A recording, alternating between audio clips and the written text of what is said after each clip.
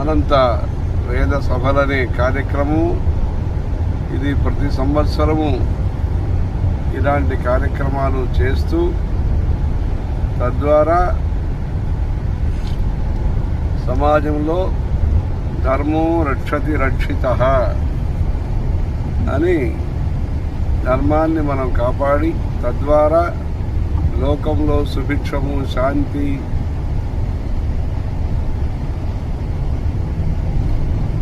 అందరికీ కూడా అన్న సమృద్ధి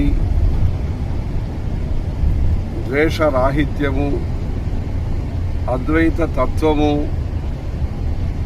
ఇవన్నీ కూడా పెరిగి ఈ వేదాన్ని కాపాడితే లోకాన్ని కాపాడినట్టు అని వేద రక్షణం లోక రక్షణం అని మన జయేంద్ర సరస్వతి స్వామి వారు అప్పుడప్పుడు చెప్పారు.